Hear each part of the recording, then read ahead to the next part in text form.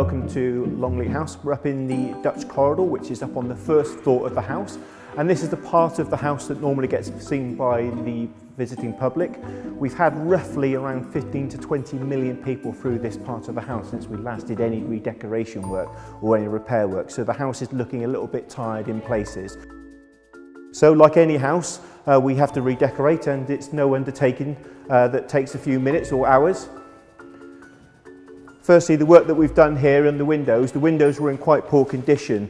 These were originally covered in paint, so we stripped all the paint off and we've gone back to the natural stone finish on the actual windows and the casements themselves. This will hopefully keep them really good and strong now, and these should last us at least another 50 years before we have to look at them again in the future.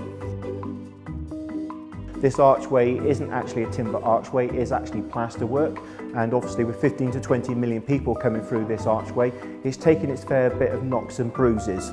So James currently has done the undercoat, which you can see in the orange colour, and now he's doing the false timber work with the varnish, and as you can see it's quite a painstaking piece of work, but it's actually a very, very good imitation of wood itself.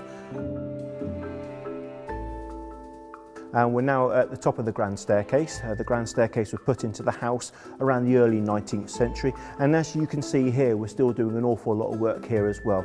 There's an awful lot of scaffolding up at the moment, and the majority of the paintings are removed. The paintings, like the rest of the house, is being attended to, and they're having some conservation work done by some very specialist people, and that will mean that when they go out, they're in their very best condition, ready for the new season.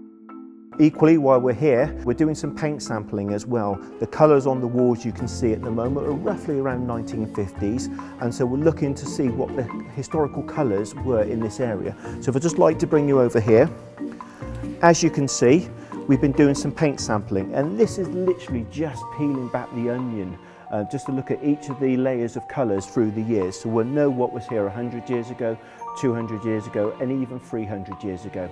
So if we ever decide to change this colour in the future, we've got all the historical work already done and we know what the colour is for the future.